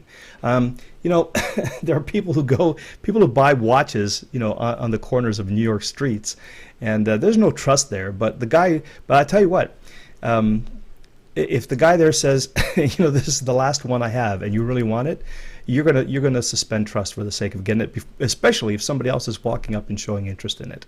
So I don't think it's necessary. I think scarcity is still more powerful. Here's the other part of it is, and by the way, I don't think these are absolutes, right? I'm just saying that in my experience, this is the one that consistently seems to motivate, right? I'm not saying it's the only one. Obviously, given the contexts, like if I go to a doctor, and I don't feel like there's trust and authority there, I don't care how available or not they are. I'm not letting them open my brain kind of thing. So obviously, there's this is not an absolute.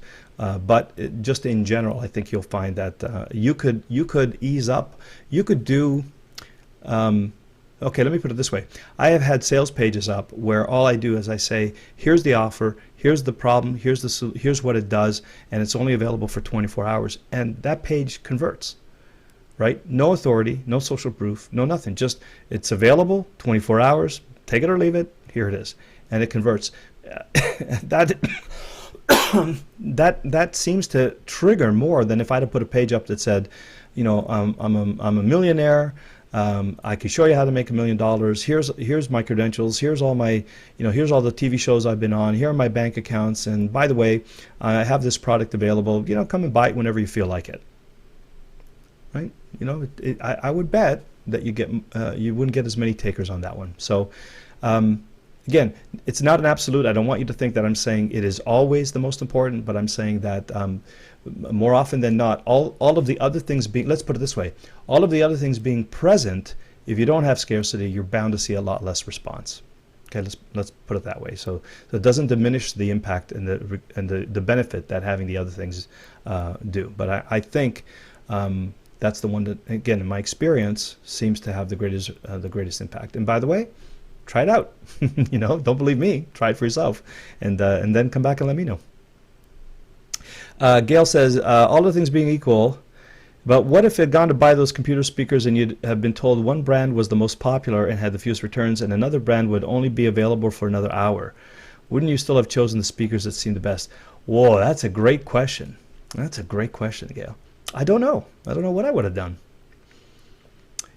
Honestly, I really think I would have gone with the social proof in this case. Yeah, in that case, I think, because then all other things are not equal, right? Because social proof in that case, if it meant, the social proof was a requirement there for me, and it did in that case, I would say trump scarcity, absolutely. If somebody had said, but I don't know for sure, right? Because if I'd have gone there and I would have seen all these 3 speakers and one of them was on sale before I knew about the social proof, if I looked at all 3, all of them were more or less the same price, but if one of them was on sale, I might not have even needed the social proof. I might have gone straight for the one that was on sale for 24 hours. You know what I mean?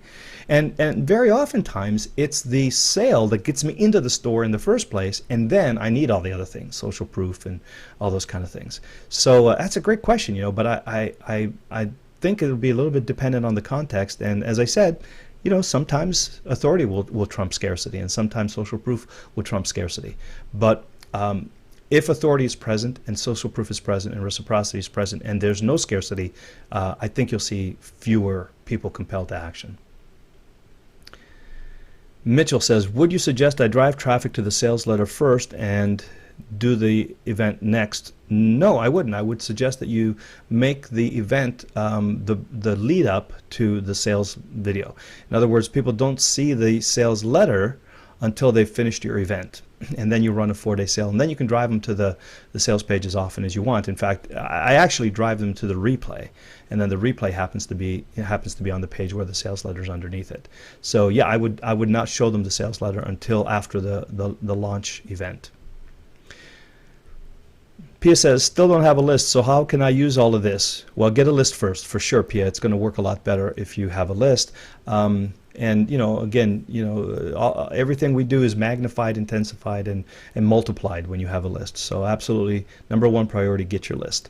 Now, note if you have a fairly good network on Facebook, and it happens that people are interested in what you're doing, and you can run this event and maybe get a little bit of viral traffic and that kind of stuff. You could also promote the event to paid traffic. I mean, there's no reason why you can't hold an event and use Facebook advertising or similar kind of advertising to drive traffic to your event page. That can happen too. So you can use the event to build your list. But absolutely, if you have a list, the benefits are magnified. Julie, very cool, Lou. I love it. If you haven't completed all of your 100 interviews yet, is it wise to set up a launch with an event? Yeah, sure. I think it's a great way to finish the other 100 interviews, and as long as you encourage people to engage and interact and find reasons for them to participate, and then pay real close attention to the conversation, that's almost as good, as a one-on-one interview. Of course, the one-on-one interview you can dig a little deeper, but this way you're getting a lot of people, and you're going to be able to see trends and things that are important to a lot more people. So absolutely, sure, that's a great way to get finger on the pulse of your market's needs.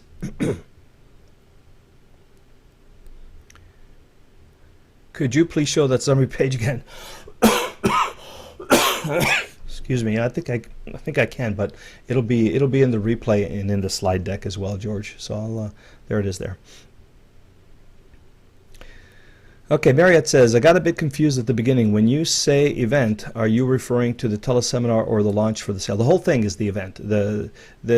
From your perspective, the promotion, the webinar, and the sale is the event.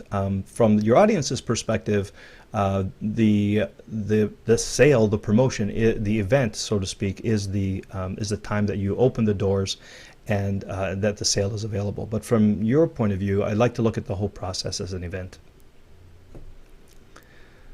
How big a list do I need for this, Pia? You know what? Start as soon as you can, all right? And just keep building your list. Don't wait until you have a big enough list. Try it anyway, because hey, if you only have 50 people, at least you master the process, right? And it'll help you to build your list. So, but keep focused on building the list. Look, at everything that I recommend to my clients is get your first 500 to 1,000 people on your list first. Focus on that, and once you've done that, everything else works better. So I guess if I had to give you a number, I'd say at least 500, preferably 1,000, ideally 2,000. But you don't have to wait till 2,000. You can start this with as little as 500 people. Less than 500 people, you're not probably going to see the results, but you're going to have the benefit of practicing, the process and getting used to it and seeing, what works and what doesn't, so that as your list grows, you'll be able to use the things that work and get better results. Mitchell, does the marketing for the opt-in promote the event or something else? Promotes the event, promotes the live webinar.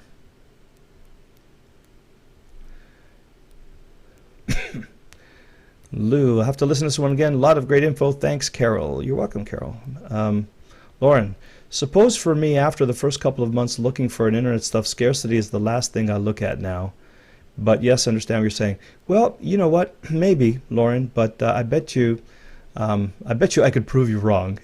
But like I say, you don't have to believe a thing I say. Try it for yourself and see what happens. You may find that it works that way for you. You may find it works differently. However it works, do it. But I highly encourage you not to leave out the scarcity element in your offer. You're welcome, George. Don says, do you have a mind map for the event? I do not, my friend. I only have the 12 steps that are in the slide presentation. Pia says, great recipe. Thank you, Pia. Mitchell, how do you close the event to launch the event and drive people to the offer? Well, you don't actually close the event, right? The event is not actually closed until the offer is no longer available. So the event consists of, excuse me, the event officially starts to the public when you launch your webinar, your teleseminar webinar. So before then, it's really just pre-event. You're just getting registrations, you're creating buzz, you're helping people spread the word. You're just getting the attendance, and the event officially starts when you launch your live call. Then you don't actually end the live call, you kind of transition it, because the live call is going to be available during the 3 or 4 days of your sale. It's going to be available in replay. And so the live call event superimposes or overlaps with the open cart. So you're going to drive people to the replay for 2 or 3 or 4 days, and in the process you're going to remind them, when you go look at the replay, you'll see an offer. Make sure you read about the offer, because it's only available for the next 3 days, and the replay is coming offline in the next 3 days as well. So yeah, so that's kind of the way it feels to me. Like, you don't actually, the beginning of the event is when you do the live call, when that live call starts, and the end is when the replays are taken offline and the offer is no longer available.